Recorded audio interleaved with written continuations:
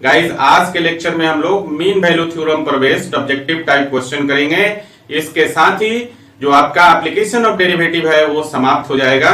तो चलिए बिना देर किए हुए शुरू करते हैं आज का लेक्चर।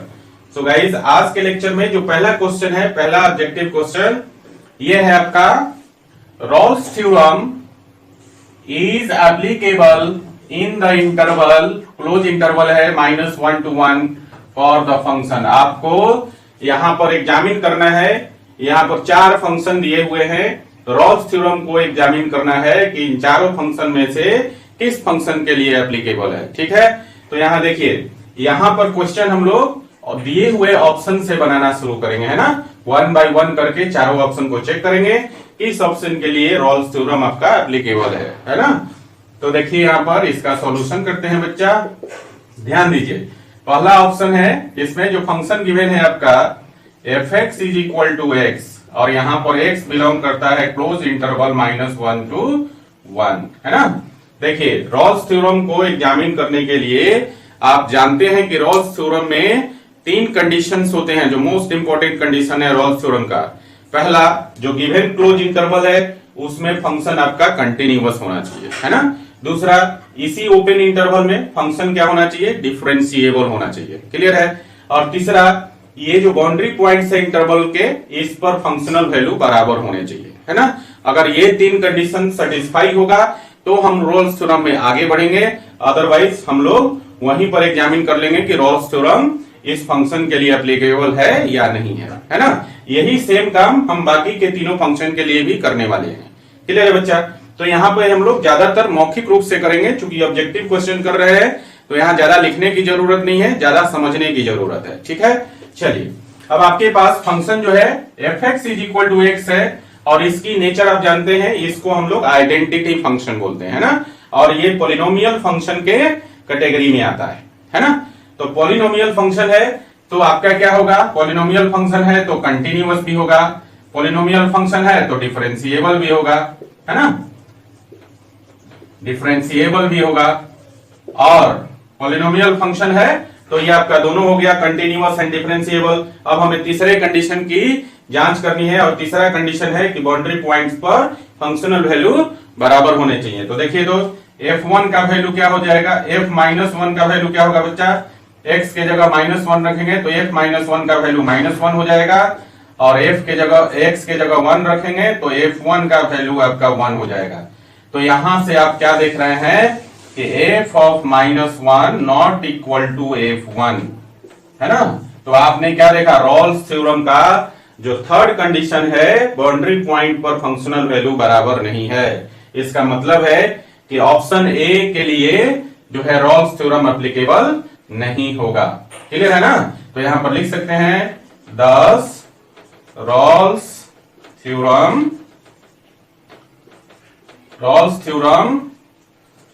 Not applicable.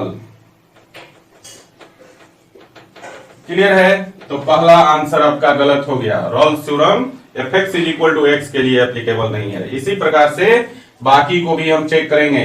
देखिए दूसरा है ऑप्शन बी, ऑप्शन बी में है f(x) is equal to x² और f(x) is equal to x² interval आपका वही है, क्लोज इंटरवल -1 to 1। तो देखिए यहां पर ये जो फंक्शन है फिर से पॉलिनोमियल कैटेगरी का फंक्शन है, तो पॉलिनोमियल है तो कंटिन्यूअस होगा, डिफरेंशिएबल भी होगा, है ना। अब कंटिन्यूअस और डिफरेंशिएबल हो गया तो हमें क्या चेक करना है, functional value at the boundary point of the interval. तो यहां पर निकाल लेते हैं, f(-1) का वैल्यू कितना हो जाएगा, -1 का स्क्वायर करेंगे तो 1 हो जाएगा।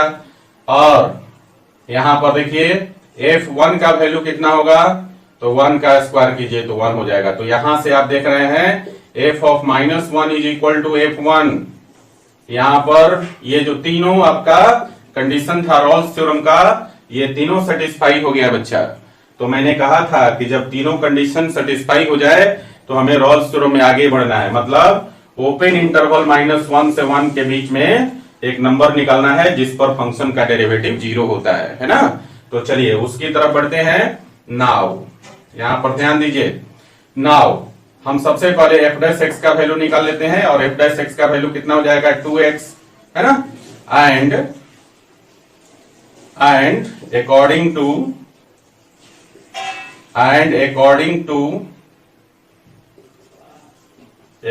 Rolle's theorem,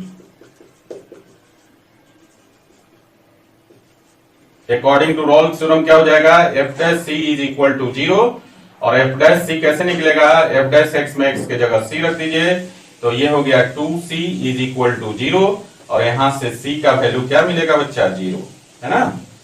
तो यहां से देखिए c का वैल्यू 0 हो गया और 0 को देखिए क्या -1 से 1 के बीच में लाई करता है, तो डेफिनेटली क्या है, c is equal to 0 belongs to open interval -1 to 1। तो यहां पर देख रहे हैं फर्स्ट 3 कंडीशन जो था सेटिस्फाई हो गया था रोल्स थ्योरम का, और हमने है ना फर्स्ट डेरिवेटिव को 0 से इक्वेट किया तो -1 से 1 के बीच में एक ऐसा नंबर आया ना, c इज इक्वल टू 0 जो -1 से 1 के बीच में लाई करता है। तो यहां पर सारे कंडीशन सेटिस्फाई हो गए, तो इसका मतलब है कि रोल्स थ्योरम एप्लीकेबल होगा। तो लिख सकते हैं 10 Rolle's theorem is applicable. Clear है बच्चा। तो यहाँ रोल्स थ्योरम आपका एप्लीकेबल हो गया 2B के केस में, तो B आंसर आपका सही हो गया। अब हमें आगे चेक करने की जरूरत भी नहीं है, लेकिन मैं यहाँ पर बाकी C और D को भी डिस्कस करूंगा, हो सकता है एक से ज्यादा ऑप्शन ट्रू हो, है ना। तो चलिए अगले 2 ऑप्शन को भी चेक कर लेते हैं। तो देखिए अब हम लोग C को चेक करेंगे। C में fx is equal to given है 2x³ प्लस 3 और फिर से x बिलोंग करता है क्लोज इंटरवल -1 to 1। क्लियर है ना। तो देखिए फिर से ये जो फंक्शन गिवन है पॉलिनोमियल कैटेगरी का ही है, तो ये आपका कंटिन्यूअस होगा, है ना, और डिफरेंशिएबल भी होगा। क्लियर है ना। ऑब्जेक्टिव में ज्यादा समय नहीं देना है, फटाफट कैलकुलेशन कर लेना है आपको, समझे ना। तो पॉलिनोमियल है तो कंटिन्यूअस और डिफरेंशिएबल दोनों होगा। अब हमें चेक करना है boundary point for functional value. तो देखिए f ऑफ -1 निकालेंगे तो 2 इंटू -1 का क्यूब प्लस 3, तो कितना हो जाएगा, -1 का क्यूब हो जाएगा -1 और इंटू 2 करेंगे तो -2 प्लस 3 1 हो जाएगा। और फिर f1 निकालिए तो कितना हो जाएगा, 2 इंटू 1 का क्यूब प्लस 3, तो कितना हो गया बच्चा, 1 का क्यूब 1 इंटू 2 हो गया, 2 प्लस 3 5 हो गया। तो यहाँ पर आप क्या देख रहे हैं, boundary point for functional value जो है बराबर नहीं है। तो देयरफॉर क्या मिला आपको, f of -1 not is equal to f1, है ना। और ये क्या शो करता है कि ये जो 3 मोस्ट इंपोर्टेंट कंडीशन है रोल्स थ्योरम के, ये सेटिस्फाई नहीं हुआ। इसका मतलब है रोल्स थ्योरम इस फंक्शन के लिए एप्लीकेबल नहीं है। तो यहां पर लिख सकते हैं नॉट एप्लीकेबल, है ना, नॉट एप्लीकेबल। क्लियर है। तो आपका C भी जो C में फंक्शन दिया है इसके लिए रोल्स थ्योरम एप्लीकेबल नहीं है। इसी प्रकार से डी ऑप्शन को भी देख लीजिए, और ऑप्शन डी में कौन सा फंक्शन है, fx is equal to mod of x और x बिलोंग करता है क्लोज इंटरवल -1 से 1। अब देखिए ये मॉडुलस फंक्शन है ना।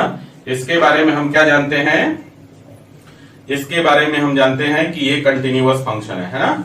मॉडुलस फंक्शन जो है, अब यहाँ पर थोड़ा सा आप थोड़ा हट के कैलकुलेशन कीजिए। आप जानते हैं कि -1 से 1 के बीच में एक नंबर एग्जिस्ट करेगा 0, इंटीजर वैल्यू है।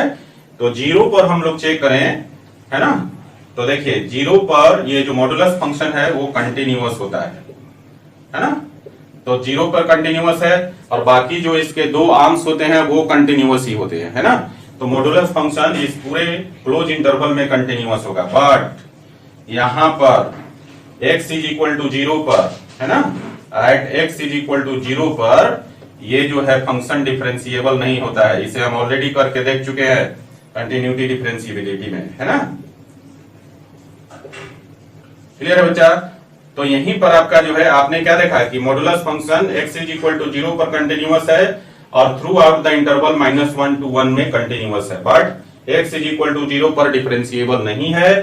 तो इसका मतलब है कि इस इंटरवल में -1 से 1 का जो ओपन इंटरवल होगा उसमें डिफरेंशिएबल नहीं होगा, ठीक है ना, क्योंकि उस बीच में एक इंटीजर एग्जिस्ट करेगा 0 जिस पर डिफरेंशिएबल नहीं है, तो इंटरवल में भी डिफरेंशिएबल नहीं होगा, समझे ना। तो यहीं पर आपका जो आप देख रहे हैं कि जो सेकंड कंडीशन है रोल्स थ्योरम का वो वायलेट हो गया। तो इसका मतलब है कि इसके लिए भी रोल्स थ्योरम जो होगा, Rolle's theorem is not applicable, is not applicable. Clear है?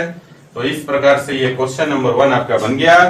आपने चारों ऑप्शन को चेक कर लिया, जिसमें से ए, सी और डी ये तीनों फंक्शन -1 to 1 जो क्लोज इंटरवल है, इसमें जो है इसके लिए रॉल्स थ्योरम एप्लीकेबल नहीं है। लेकिन हमने क्या देखा, ऑप्शन नंबर बी के लिए रॉल्स थ्योरम एप्लीकेबल है। क्लियर है बच्चा? तो क्वेश्चन का आंसर क्या हो जाएगा क्वेश्चन नंबर 1 का? Option B. क्लियर है? चलिए इसको लिख लीजिए जरा। तो गाइस अगला क्वेश्चन है क्वेश्चन नंबर 2, और क्वेश्चन नंबर 2 में आपसे कह रहा है the value of c in Rolle's theorem और the function f(x) is equal to x³ minus 3x in the interval 0 to √3 closed interval है। देखिए क्वेश्चन में दिया हुआ है कि ये फंक्शन जो है f(x) is equal to x³ minus 3x and ये जो इंटरवल है क्लोज इंटरवल 0 से √3, इनके लिए रॉल्स थ्योरम एप्लीकेबल है। समझे ना? यहाँ स्पष्ट नहीं लिखा हुआ है, लेकिन ये जो लैंग्वेज है मैथमेटिकल लैंग्वेज, इसका मतलब यही है इस फंक्शन के लिए इस इंटरवल में रॉल्स थ्योरम एप्लीकेबल है, तो c का वैल्यू क्या होगा, है ना? तो आप जानते हैं c का वैल्यू कैसे निकलता है। 3 most important condition of Rolle's theorem अगर सेटिस्फाई हो जाता है तो f' का वैल्यू 0 होता है ना? हमें वो कंडीशन जो 3 मोस्ट इंपोर्टेंट कंडीशंस हैं उसकी चर्चा नहीं करना है बच्चा, है ना? हमें क्या करना है, c का वैल्यू निकलना है। तो हम यहाँ पर डायरेक्टली जो है f' का वैल्यू 0 करेंगे, है ना? खाली लिख देंगे कि गिवन दैट, समझे ना? तो यहाँ पर हम लोग लिखेंगे सॉल्यूशन करते हुए लिखेंगे गिवन दैट क्या, all the conditions of Rolle's theorem, all the conditions of Rolle's theorem are satisfied। या आप लिख सकते हैं कि इस क्वेश्चन में इस फंक्शन और इस इंटरवल में रॉल्स थ्योरम एप्लीकेबल है, ये भी लिख सकते हैं, है ना? तो यहाँ पर डायरेक्टली हम लोग क्या करेंगे, therefore f' will be equal to 0 हो जाएगा। और f' कैसे मिलेगा? देखिए आपके पास f(x) का वैल्यू गिवन है, कितना है, x³ माइनस 3x। तो यहां से f' का वैल्यू निकाल सकते हैं 3x² माइनस 3। और यहाँ पर f' में x के जगह c डाल देंगे तो f' मिल जाएगा। तो देखिए कितना हो जाएगा आपका, ये हो जाएगा 3c² minus 3 is equal to 0। 3 को इस तरफ लाइए तो कितना हो जाएगा, 3c² इज इक्वल टू 3 से 3 कैंसिल हो गया। तो कितना बच गया बच्चा, c² इज इक्वल टू 1। और स्क्वायर को इस तरफ ला देंगे तो यहाँ पर कितना हो जाएगा, therefore c is equal two plus minus 1, है ना? इधर से स्क्वायर आके इधर रूट हो जाएगा तो प्लस माइनस 1 हो जाएगा, 1 का रूट प्लस माइनस 1। अब देखिए बट यहाँ पर ध्यान दीजिए, -1 doesn't belongs to open interval 0 to √3, है ना? समझ रहे बात को? -1 जो है 0 से √3 के बीच में, ओपन इंटरवल 0 से √3 में लाई नहीं करता है, तो हम लोग यहाँ से c का वैल्यू कौन सा लेंगे, है ना? कौन सा, 1। तो therefore c is equal to 1, है ना? समझ में आई बात? हम उसी वैल्यू को लेंगे, c के उसी वैल्यू को लेंगे जो ओपन इंटरवल 0 से √3 के बीच में लाई करता है, समझे? यहाँ पर इसके बाहर वाला वैल्यू जो इस इंटरवल में लाई नहीं करता है उसको नहीं लेते हैं। क्लियर है ना? तो c का मान 1 हो गया। तो आंसर कौन सा हो जाएगा, देखिए चारों में से ऑप्शन ए, है ना? तो ये दूसरा नंबर क्वेश्चन का ऑप्शन हो गया ए। क्लियर है बच्चा? क्वेश्चन नंबर 2 बन गया, समझे ना? इसी प्रकार से आपको समय नहीं देना है ऑब्जेक्टिव बनाते समय, है ना? कोई लेंदी क्वेश्चन होता है जिसमें बिना कैलकुलेशन का आप नहीं उसके निष्कर्ष पे, रिजल्ट पे पहुंच सकते हैं, समझे ना?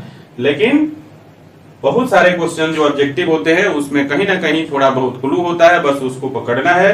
क्वेश्चन को अच्छी तरह पढ़िए, समझिए और उस क्लू को पकड़िए और तुरंत उसको सॉल्व कर दीजिए।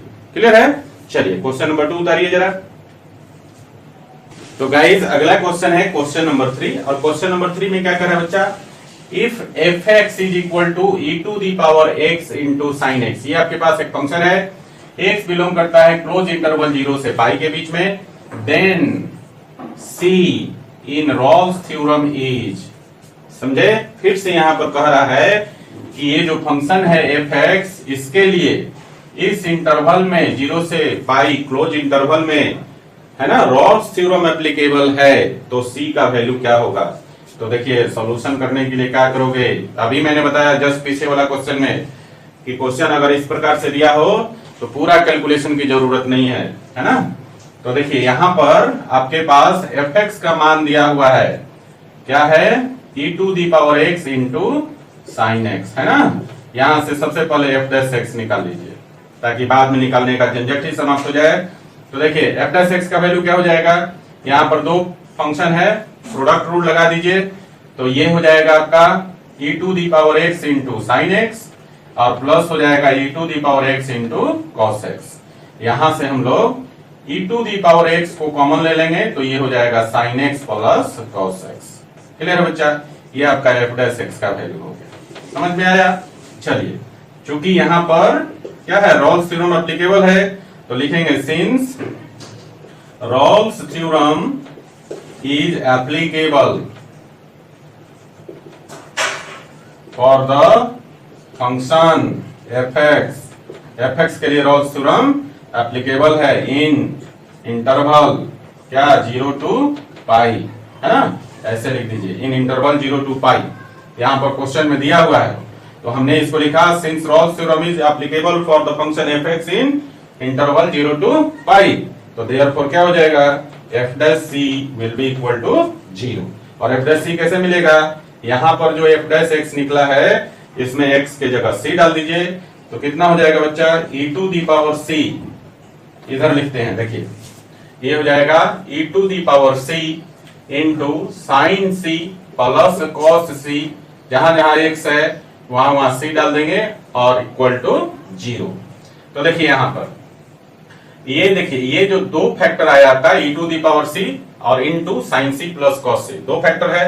अब देखिए पहला फैक्टर जो है वो है आपका एक्सपोनेंशियल, और आप जानते हैं c के किसी भी वैल्यू के लिए e to the power c का वैल्यू 0 कभी होगा ही नहीं, तो हम लोग पहले फैक्टर को लिखते हैं e to the power c will not be equal to 0, कभी 0 नहीं होगा, तो इसका मतलब है सेकंड वाला फैक्टर 0 होगा, तो ये हो जाएगा आपका sine c plus cos c equal to 0, है ना।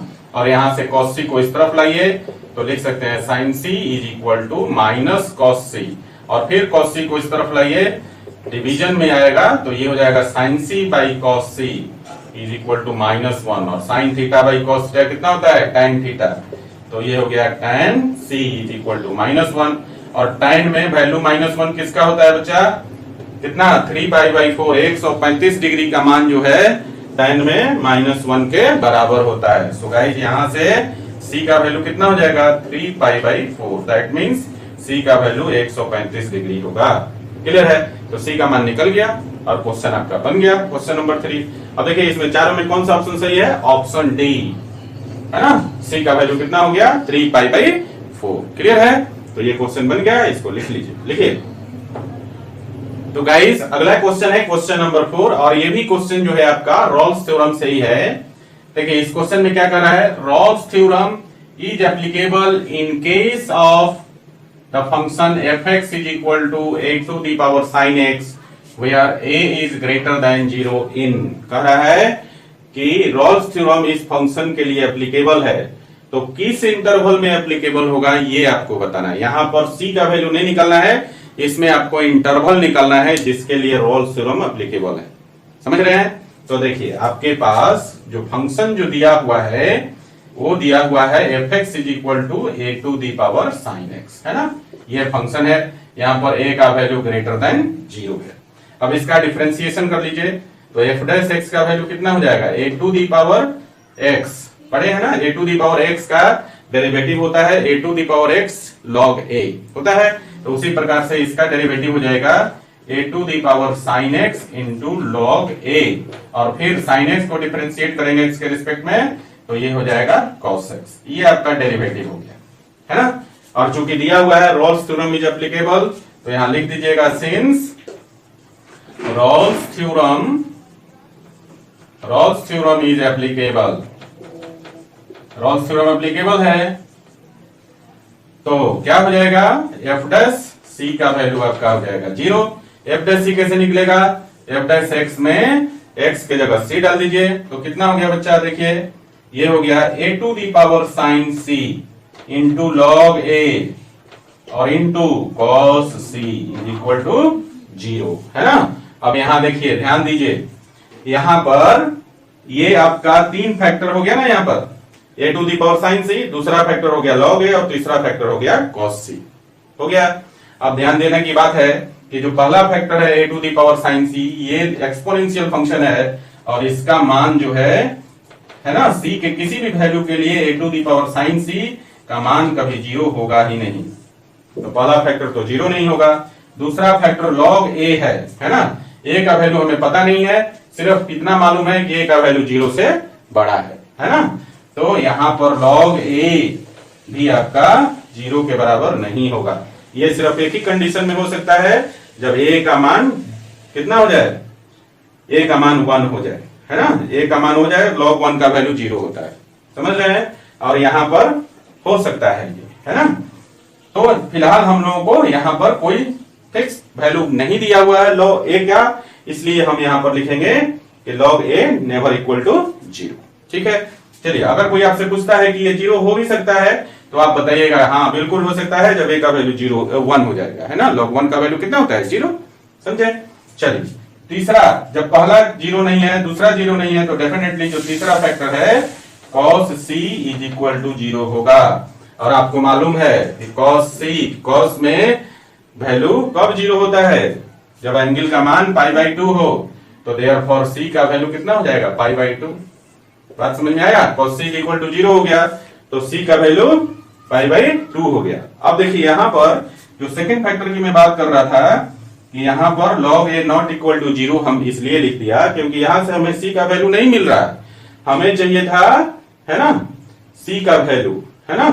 तो c का वैल्यू हमें चाहिए था, जो कि log a को 0 से इक्वेट करने से नहीं मिलेगा। log a 0 हो सकता है जब a का वैल्यू 1 हो जाएगा, है ना, और कंडीशन के अनुसार a 1 हो सकता है, समझे ना, इसलिए हमने यहां पर इसको 0 से इक्वेट नहीं किया, समझ में आया। चलिए, यहां से हम 0 से इक्वेट भी कर दे तो a का वैल्यू 1 आएगा, समझे ना।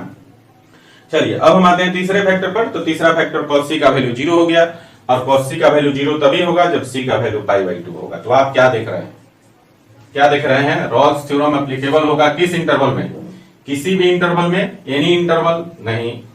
यहां पर देखिए आपके पास इंटरवल दिया है क्लोज इंटरवल 0 to π, तो 0 से π के बीच में π/2 आता है, तो ऑप्शन बी आपका सही हो गया, समझ रहे बात को। तीसरा देखिए ओपन इंटरवल 0 से π/2, न 0 है न π/2 है, तो इसके बीच में π/2 आएगा नहीं, तो सी भी गलत हो गया, और डी में तो नन दिया हुआ है। इसका मतलब है कि ऑप्शन बी जो है क्वेश्चन नंबर 4 का सही आंसर, समझे। चलिए, इस क्वेश्चन को जरा लिख लीजिए, लिखिए। तो गाइस, अगला क्वेश्चन है क्वेश्चन नंबर 5, और ये है आपका द वैल्यू ऑफ सी का मान निकालना है, for which LMVT holds for the function, और फंक्शन क्या है, fx is equal to log x, और किस इंटरवल में दिया है, on the interval close interval 1 to 3 कह रहा है। ये फंक्शन है आपका fx is equal to log x, और ये इंटरवल है आपका क्लोज इंटरवल 1 से 3 में। इस फंक्शन के लिए क्या है, LMVT Lagrange mean value theorem hold करता है, मतलब एप्लीकेबल है। तो आपको बताना है कि c का मान क्या होगा इन चारों में से, है ना। तो देखिए सॉल्यूशन कैसे करेंगे बच्चा, ध्यान दीजिए, इधर करते हैं। देखिए यहां पर सॉल्यूशन कर लेते हैं, है ना। क्या है, यहां पर गिवन है आपके पास, given that LMVT holds for the function fx के लिए होल्ड करता है, मतलब एप्लीकेबल है। तो देयरफॉर क्या हो जाएगा, f' का value fb minus fa divided by b minus a। LMVT में कंडीशन यही होता है। अब देखिए यहां पर हमें क्या चाहिए, f' चाहिए, fb और fa चाहिए। यहां ध्यान दीजिए, तो आपके पास जो इंटरवल गिवन है x बिलोंग करता है क्लोज इंटरवल 1 से 3, तो a का वैल्यू 1, b का वैल्यू कितना हो जाएगा 3, है ना। और यहां से हम लोग fa और fb निकाल सकते हैं। यहां पर फंक्शन आपके पास दिया हुआ है log x to the base e, यही दिया हुआ है। तो देखिए f1 का वैल्यू कितना हो जाएगा बच्चा, fa का वैल्यू मतलब f1 का वैल्यू हो जाएगा log 1 to the base c और ये हो गया 0। दूसरा f3 का वैल्यू कितना हो जाएगा, तो ये हो जाएगा log 3 to the base e। f1 और f3 निकल गया और यहां से f' करेंगे तो ये वैल्यू आपका 1/x आ जाएगा, है ना। तो फंक्शन गिवन था उसका डेरिवेटिव निकाल दिया, इंटरवल गिवन है वहां से बाउंड्री पॉइंट a और b निकल गया और इस बाउंड्री पॉइंट पर फंक्शनल वैल्यू निकाल दिया। क्लियर है। अब हम इन सारे वैल्यूज को यहां पर पुट करेंगे तो देखिए क्या हो जाएगा ये आपका, यहां पर हम लोग लिखेंगे f' इज इक्वल टू, और f क्या है f(3) माइनस fa क्या है f1 डिवाइडेड बाई b कितना है 3 और a कितना है 1। और यहां देखिए f' का वैल्यू कितना हो जाएगा बच्चा, f' मतलब f' में x के जगह c डाल दीजिए तो ये हो जाएगा 1/c। और f3 का वैल्यू कितना आया है, ये आया है log 3 to the base e और माइनस f1 का वैल्यू कितना है 0, है ना। और डिवाइडेड बाई 3 माइनस 1 2 हो गया। अब यहां पर जरा तिरछा तिरछी गुना कर लीजिए तो कितना हो जाएगा, ये हो जाएगा c log 3 to the base e is equal to 2 हो जाएगा। अब इस log 3 to the base e को इस तरफ लाइए तो कितना हो जाएगा, देखिए c इज इक्वल टू हो जाएगा 2 log 3 to the base e, है ना। और यहां पर log का रेसिप्रोकल है, जब इसको ऊपर ले जाएंगे तो इसका लॉगरिथमिक नंबर और बेस क्या हो जाएगा, इंटरचेंज हो जाएगा। सो गाइस फाइनली c का जो वैल्यू मिलेगा वो हो जाएगा 2 log, और अब हम लिखेंगे e टू दी बेस 3, है ना। जब हम लोग log का रेसिप्रोकल करते हैं तो लॉगरिथमिक नंबर और उसका बेस आपस में क्या होता है, इंटरचेंज हो जाता है ना। तो c का मान निकल गया। तो यही आपसे पूछ रहा था कि c का वैल्यू क्या होगा इस फंक्शन और इस इंटरवल के लिए अगर LMVT एप्लीकेबल हो, तो c का वैल्यू आएगा 2 into log e to the base 3। और ये ऑप्शन किसमें है, देखिए यहां पर ऑप्शन डी में है 2 log e to the base 3। तो क्वेश्चन नंबर 5 का आंसर कौन सा हो जाएगा, डी। समझे। चलिए इसको लिख लीजिए जरा। तो गाइस अगला क्वेश्चन है क्वेश्चन नंबर 6, और क्वेश्चन नंबर 6 में क्या कह रहा है आपसे, for the function f(x) is equal to x plus 1/x where x belongs to closed interval 1 to 3 then the value of c का मान पूछ रहा है फॉर LMVT का मतलब लैग्रांजे मीन वैल्यू थ्योरम। मतलब यहां पर क्वेश्चन में ये दिया हुआ है कि इस फंक्शन और इस इंटरवल के लिए लैग्रांजे मीन वैल्यू थ्योरम एप्लीकेबल है, तो c का वैल्यू निकालना है। आपको बताना है इन 4 ऑप्शन में से कौन सा मान होगा c का, समझे। चलिए तो यहां पर बच्चा देखिए आपके पास जो गिवन फंक्शन है वो है आपके पास f(x) is equal to x plus 1/x, है ना। ये आपके पास फंक्शन है तो f' का वैल्यू कितना हो जाएगा 1 माइनस 1/x²। क्लियर है। एंड x बिलोंग करता है आपका क्लोज इंटरवल 1 से 3, इसका मतलब है कि a का वैल्यू 1 है और b का वैल्यू 3 है ना। तो यहां से f1 का वैल्यू मतलब fa का मान निकाल सकते हैं। तो यहां पर देखिए fx में x की जगह 1 डालेंगे तो 1 प्लस 1/1 1 हो जाएगा, तो f1 का वैल्यू 2 आ जाएगा। और f3 का मान कितना हो जाएगा, देखिए यहां पर अगर वैल्यू डालते हैं x के जगह 3 तो ये हो जाएगा 3 प्लस 1/3, तो 3 LCM हो जाएगा, तो 3 3 जा 9 प्लस 1 10/3, f3 का वैल्यू हो जाएगा 10/3। ये सब हमने इसलिए निकाला कि अभी जो बाद का कैलकुलेशन है उसमें ये सारा वैल्यू यूज होने वाला है ना। नाउ देखिए क्या है यहां पर दिया हुआ है LMVT क्या है, एप्लीकेबल है ना। तो यहां लिखेंगे since LMVT is applicable for the function fx के लिए एप्लीकेबल है, तो देयरफॉर क्या हो जाएगा f' will be equal to f of b minus f of a divided by b minus a। अब यहां रखिए जरा क्या हो जाएगा, f' को हम ऐसा लिख सकते हैं f ऑफ b कितना है f3 और f ऑफ a कितना है f1, और यहां पर हो गया 3 माइनस 1। f' कैसे मिलेगा, f' में x के जगह c डाल दीजिए तो ये हो जाएगा 1 माइनस 1 बाई सी स्क्वायर, और ये देखिए F3 का वैल्यू कितना है 10/3 है ना, और माइनस F1 का वैल्यू कितना है 2 डिवाइडेड बाई 3 माइनस 1 2, तो कितना हो जाएगा बच्चा 1 minus 1 by c square is equal to, ये देखिए 10 माइनस 3 2 जा 6, तो हो जाएगा 4, और 3 नीचे आ जाएगा तो 3 2 जा 6, तो ये हो गया आपका 4/6। इसको कटा सकते हैं है ना, दो बार में 2 2 जा 4 और 3 2 जा 6 कट गया, ये वैल्यू आ गया 2/3। और फिर यहाँ पर जरा इधर भी कैलकुलेट कर लीजिए, तो यहाँ पर एलसीएम कितना हो जाएगा सी स्क्वायर, तो ये हो गया सी स्क्वायर माइनस 1 और इज इक्वल टू 2/3, यहाँ तिरछा तिरछी गुना कर लीजिए तो कितना हो जाएगा बच्चा 3c square minus 3 is equal to 2c square. 2c square को इधर लाइए, 3 को इस तरफ ले जाइए, तो हम लिख सकते हैं 3c स्क्वायर में से 2c स्क्वायर घटाएंगे तो ये बचेगा c स्क्वायर, और इधर 3 को इस तरफ ले जाएंगे तो ये +3 हो जाएगा, स्क्वायर को इस तरफ कीजिए तो c का वैल्यू निकल जाएगा ±√3। But -√3 doesn't belongs to open interval 1 2 3 है ना, -√3 जो है ओपन इंटरवल 1 से 3 के बीच में लाई नहीं करेगा, इसलिए c का वैल्यू +√3 हो जाएगा, और ये आपका आंसर हो गया। c का वैल्यू कितना आया +√3, और ये आप देख रहे हैं ऑप्शन नंबर बी में गिवन है ना, तो क्वेश्चन नंबर 6 का आंसर कौन सा हो जाएगा ऑप्शन बी। क्लियर है बच्चा, चलिए उतारिए इसको। तो गाइज अगला क्वेश्चन है क्वेश्चन नंबर 7, और क्वेश्चन नंबर 7 में है let fx is differentiable for all x। एक फंक्शन है fx जो x के सारे वैल्यू के लिए, जो भी इंटरवल गिवन है उसमें सारे वैल्यू के लिए डिफरेंशिएबल है, and if f1 is equal to 2 and f dash x is greater than equal to 2 for the interval 1 closed interval 1 to 6, then इन चारों इनइक्वालिटी में से कौन सा ट्रू होगा। समझे, तो देखिए यहां पर क्लू दिया हुआ है fx इज डिफरेंशिएबल, तो इसका सॉल्यूशन करते हैं बच्चा।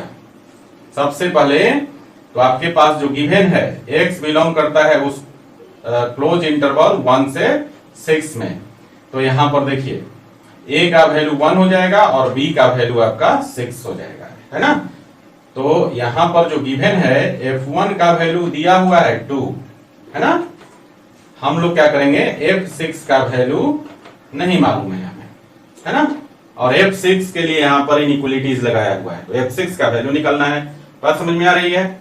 और ये भी गिवन है आपके पास कि f डैश x का मान ग्रेटर देन इक्वल टू 2 है ना, समझ रहे बात को। तो देखिए ये आपके पास गिवन थिंग्स था, और क्या आपके पास क्लू दिया हुआ है fx इज डिफरेंशिएबल। अब इसमें कौन सा हम लोग थ्योरम अप्लाई करेंगे, इसी क्लू से आपको पता चलता है। कैसे, देखिए अब हम लिखते हैं since number 1 fx is differentiable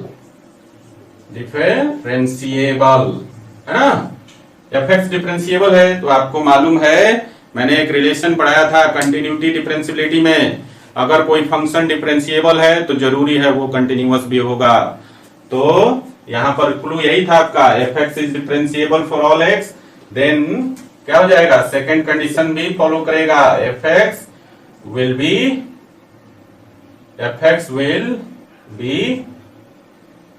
continuous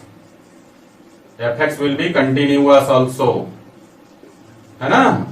ये हमारे जो प्रॉपर्टी है कंटिन्यूटी डिफरेंशियबिलिटी की जो रिलेशनशिप है वहां से निकल कर आता है, अगर कोई फंक्शन डिफरेंशिएबल है तो वो कंटिन्यूअस भी होगा, है ना। तो ये दो कंडीशन आपके पास आ गया, और ये दो कंडीशन कहां पाते हो बच्चा, ये दो कंडीशन होता है एलएमवीटी में, होता है ना, लैग्रेंज मीन वैल्यू थ्योरम। यही कहता है कि अगर कोई फंक्शन किसी क्लोज इंटरवल में डिफाइंड है तो उस क्लोज इंटरवल में कंटिन्यूअस भी होना चाहिए और उसके ओपन इंटरवल में डिफरेंशिएबल होना चाहिए। क्लियर है। तो f डैश c का value fb minus fa divided by b minus a के बराबर होता है ना। तो यहाँ पर दो कंडीशन तो एलएमवीटी का सेटिस्फाई हो रहा है, तो यहां लिख देंगे here all the conditions of LMVT are satisfied, है ना, सेटिस्फाइड होता है। तो इसका मतलब क्या हो जाएगा, एफ डैश सी का मान f b minus f a divided by b minus a के बराबर होगा।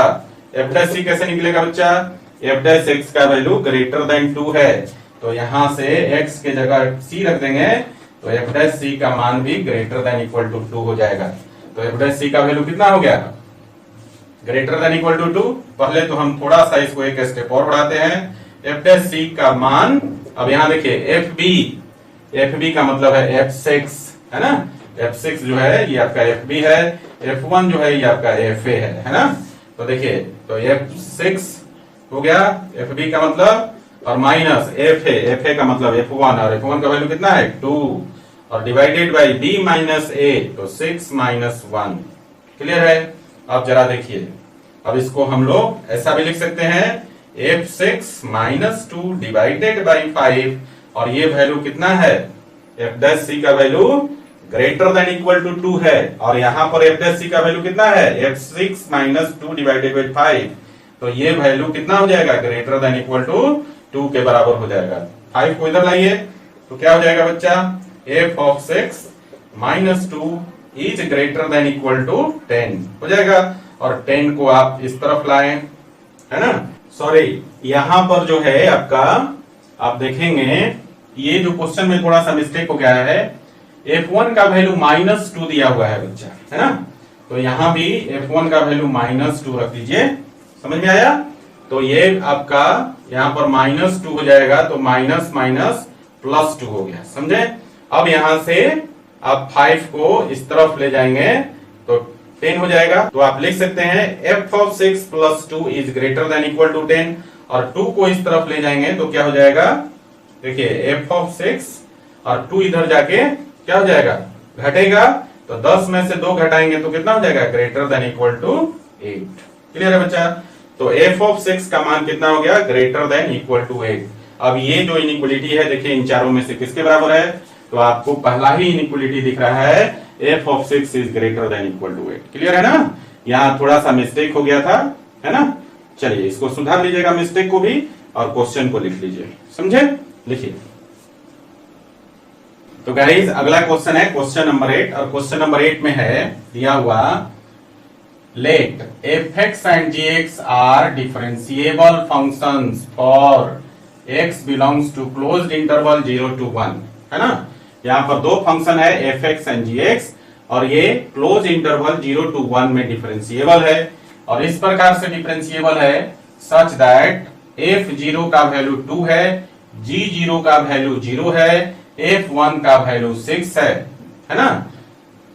If there exist real number c, तो एक नंबर रियल नंबर c इस प्रकार से एग्जिस्ट करता है ओपन इंटरवल 0 से 1 के बीच में कि f डैश c का मान 2 इंटू जी डैश c के बराबर हो जाता है। तो पूछ रहा है कि g1 का वैल्यू क्या होगा, then g1 is equal to what, समझे। फिर से एक बार क्वेश्चन को समझिए। f(x) और gx दो फंक्शन है जो कि क्लोज्ड इंटरवल 0 से 1 में डिफरेंशिएबल है, और कुछ डेटा दिया हुआ है इस प्रकार से डिफरेंशिएबल है कि f0 का वैल्यू 2, g0 का वैल्यू 0, f1 का वैल्यू 6, है ना। तो उस कंडीशन में एक रियल नंबर c एग्जिस्ट करता है ओपन इंटरवल 0 से 1 के बीच में, इस प्रकार से कि f डैश c का मान 2 इंटू जी डैश c के बराबर है। तो g1 का वैल्यू क्या होगा, समझ गया क्वेश्चन को। चलिए अब हम लोग इसको बनाते हैं। हमारे पास एक क्लू दिया हुआ है पिछले क्वेश्चन की तरह, है ना।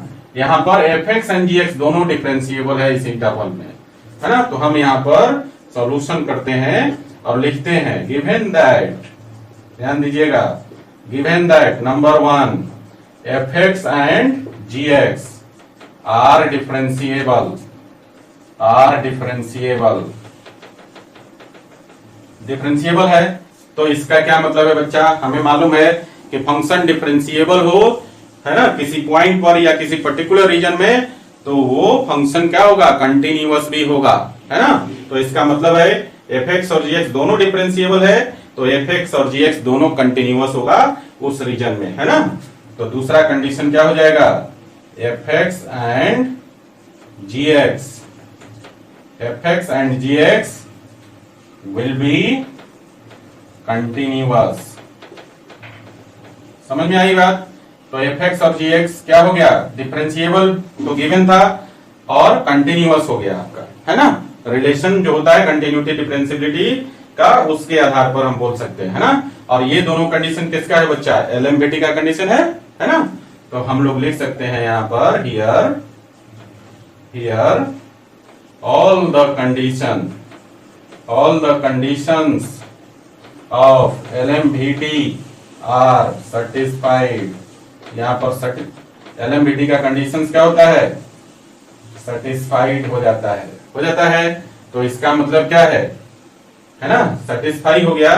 तो आपको अब अपना मतलब नहीं निकलना है, यहां पर ऑलरेडी दिया हुआ है ना? क्या एफ डैश सी का वैल्यू जो है ना?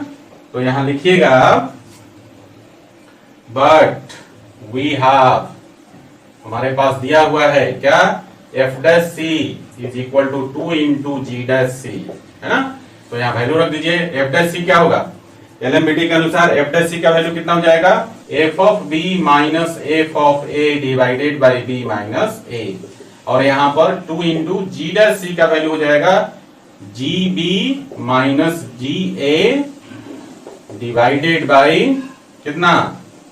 B minus a. यहां पर देखिए ए और बी का मान, ए का वैल्यू कितना है? 0 और बी का मान कितना है? 1। क्यों है? क्योंकि x बिलोंग करता है क्लोज इंटरवल 0 से 1 के बीच में, करता है ना? तो ए बी का मान मालूम है, तो इसको हम ऐसा लिख सकते हैं कितना? f1 minus f0 divided by 1 minus 0, और इधर हो जाएगा 2 into g1 minus g0 divided by 1 minus 0। तो देखिए क्या हो जाएगा?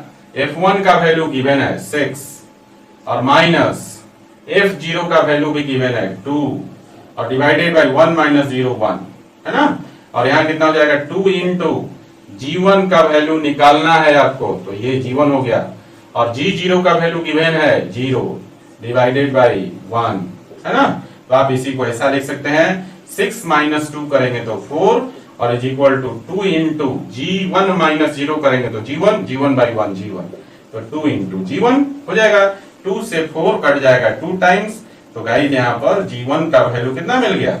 2, है ना? सिंपल क्वेश्चन था। क्वेश्चन देखने में बड़ा था लेकिन बनाना बहुत आसान था, है ना? जो क्लू दिया हुआ है उसको पकड़ना बहुत जरूरी है ना? कौन सा थ्योरम एप्लीकेबल होगा इस क्वेश्चन के लिए, क्या हम अप्लाई करेंगे, है ना? चलिए, तो यहाँ पर g1 का वैल्यू आ गया 2। सो गाइस ऑप्शन तो हमने लिखा ही नहीं इसमें, चलिए ऑप्शन लिख लेते हैं। यहाँ पर ऑप्शन में है आपका 1 2 माइनस 2 माइनस 1, है ना? ए में है 1, बी में है 2, सी में है -1 और डी में है -2, है ना? तो कौन सा वैल्यू आया बच्चा? g1 का वैल्यू 2, तो आंसर कौन सा हो जाएगा? बी। समझे? इस ऑप्शन को आप यहां पर लिख लीजिएगा, है ना? जल्दीबाजी में ऑप्शन लिखा ही नहीं, क्वेश्चन लिखा और बना दिया इसको, ठीक है? ये 4 ऑप्शन है, ए में है 1, बी में है 2, सी में है -1 और डी में है -2, है ना? जिसमें आपका ऑप्शन बी सही हुआ। g1 का वैल्यू कितना आ गया? 2। क्लियर है? चलिए इसको लिख लीजिए जरा क्वेश्चन नंबर 8 को।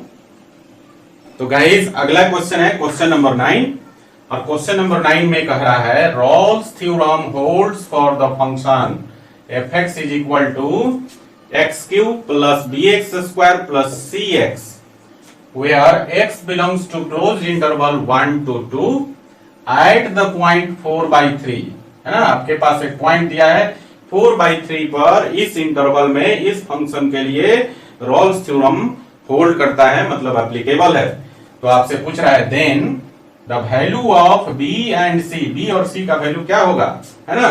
तो देखिए रॉल्स थ्योरम एप्लीकेबल होगा तो 3 कंडीशन, जो मोस्ट इंपॉर्टेंट कंडीशन है, डिफरेंशिएबल होगा, कंटिन्यूअस होगा, है ना? और फंक्शनल वैल्यू बाउंड्री पॉइंट पर बराबर होगा, और जो चौथा उसके बाद अगर ये तीनों सेटिस्फाई होता है तो चौथा क्या है कि इस ओपन इंटरवल में कम से कम एक नंबर एग्जिस्ट करेगा जो कि इस क्वेश्चन में दिया हुआ है 4/3, इस नंबर पर फंक्शन का डेरिवेटिव 0 होगा। समझे? तो इस क्वेश्चन को बनाने के लिए रॉल्स थ्योरम में हमारे पास दो कंडीशन है। पहला हम अप्लाई करेंगे फंक्शनल वैल्यू बराबर हो बाउंड्री पॉइंट्स पर, है ना, और दूसरा 4/3 पर फंक्शन का डेरिवेटिव 0 के बराबर हो। यहां से हमें दो इक्वेशन मिलेगा और इस दोनों इक्वेशन को सॉल्व कर देंगे तो बी और सी का वैल्यू मिल जाएगा। समझे? चलिए, तो हमें लिखने की जरूरत नहीं है ना, कि डिफरेंशिएबल है और कंटिन्यूअस है, क्योंकि यहाँ पर लिखा हुआ है Rolle's theorem holds for the function, है ना। तो देखिए हम क्या शुरू करने वाले हैं, यहाँ पर हमारे पास जो फंक्शन है उसी से शुरुआत करेंगे। जो फंक्शन है आपके पास x³ plus bx² plus cx, ये फंक्शन है। यहां से हम इसका डेरिवेटिव निकाल लेते हैं। f' का वैल्यू कितना हो जाएगा बच्चा? ये हो जाएगा 3x² plus 2bx plus c। Clear है?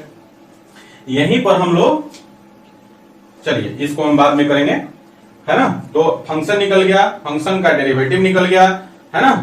तो यहां से अब हम लोग क्या करेंगे, बाउंड्री पॉइंट पर, है ना, बाउंड्री पॉइंट पर फंक्शनल वैल्यू निकालेंगे। तो एक लाइन यहां पर लिख देते हैं सिंस, है ना, since Rolle's theorem is applicable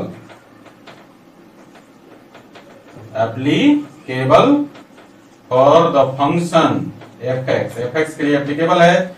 तो इसका मतलब क्या हो जाएगा, f ऑफ बाउंड्री पॉइंट कितना है 1 2 ना, तो f of 1 is equal to f of 2 होगा।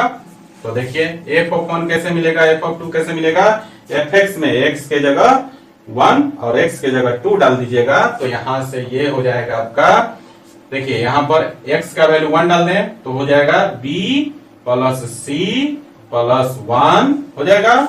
तो ये हो जाएगा b प्लस c प्लस 1 और इज इक्वल टू x के जगह 2 डाल देंगे तो ये हो जाएगा 8 और यहाँ हो जाएगा 4b और यहाँ हो जाएगा 2c।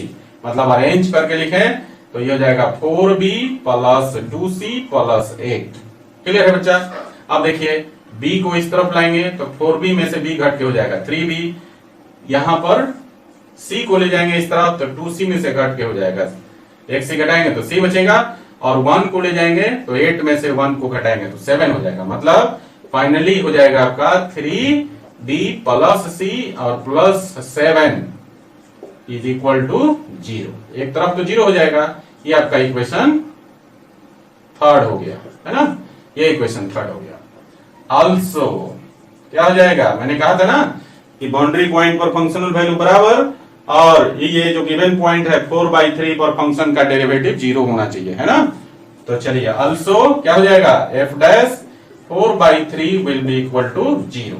और f' 4/3 कैसे निकलेगा, f' में x के जगह 4/3 डाल दीजिए तो कितना हो जाएगा बच्चा, देखिए ये हो जाएगा आपका 3 इंटू 4/3 का whole square plus 2b into x के जगह 4/3 रख दीजिए और plus c is equal to 0। और जब इसको आप कैलकुलेट करेंगे तो ये वैल्यू आपका हो जाएगा, देखिए ये हो जाएगा 8b प्लस 3c और प्लस 16 इक्वल टू 0। इसको कैलकुलेट कर लीजिए, 4/3 को स्क्वायर करेंगे तो 16/9 हो जाएगा, है ना। तो यहाँ 3 से 9 कट जाएगा 3 टाइम्स, तो ये हो जाएगा बच्चे आपका 16/3 हो जाएगा। यहाँ पर 8b/3 हो जाएगा और यहाँ c हो जाएगा, एलसीएम ले लीजिएगा, कैलकुलेट कर लीजिए 8b plus 3c plus 16 is equal to 0 हो जाएगा। ये क्लियर है ना। आप देखिए क्या करेंगे, इक्वेशन 3 को और 4 को सॉल्व कर लीजिए। इक्वेशन 3 को और 4 को जब सॉल्व करेंगे तो देखिए सॉल्व करने का तरीका क्या है, कोई भी एक वेरिएबल, है ना, या तो b को इक्वेट कर लीजिए या c को इक्वेट कर लीजिए। तो c आसानी से इक्वेट हो सकता है, इसमें आप 3 से मल्टीप्लाई करके और 4th में से 3rd को घटा लीजिए। तो घटा लेंगे तो आपको क्या हो जाएगा, c वाला कैंसिल हो जाएगा, b का वैल्यू मिल जाएगा, है ना। b का वैल्यू मिल जाएगा तो आप 3 या 4 किसी में भी डालकर b का वैल्यू आप c का वैल्यू निकाल सकते हैं। तो हम उतना नहीं करेंगे, वो काम हम आप पर छोड़ते हैं। हम यहाँ पर सिर्फ लिखेंगे now solving 3rd and 4th we get, है ना। और जब सॉल्व करेंगे तो b का वैल्यू आ जाएगा -5 और c का वैल्यू आ जाएगा 8, है ना। तो इस प्रकार से इस क्वेश्चन में हमने रॉल्स थ्योरम अप्लाई किया, है ना। रॉल्स थ्योरम के कंडीशंस अप्लाई किए क्योंकि रोल्स थ्योरम इस फंक्शन और इस इंटरवल में क्या है, होल्ड करता है, एप्लीकेबल है। तो वहां से हमें बी और सी का वैल्यू मिल गया है ना। बी का वैल्यू -5 और सी का वैल्यू 8 आ गया। अब इसको हम चेक करते हैं कौन सा ऑप्शन सही है। तो देखिए ऑप्शन नंबर बी है ना, बी में दिया है बी का वैल्यू -5 और सी का वैल्यू 8, तो क्वेश्चन नंबर 9 का आंसर हो जाएगा बी, है ना। तो ये था आपका ऑब्जेक्टिव टाइप क्वेश्चंस जो मीन वैल्यू थ्योरम पर बेस्ड था, और ये जो चैप्टर था आपका एप्लीकेशन ऑफ डेरिवेटिव का लास्ट चैप्टर था, है ना बच्चा। तो एप्लीकेशन ऑफ डेरिवेटिव समाप्त हो गया, और इसके साथ ही जो डिफरेंशियल कैलकुलस था, मतलब कैलकुलस का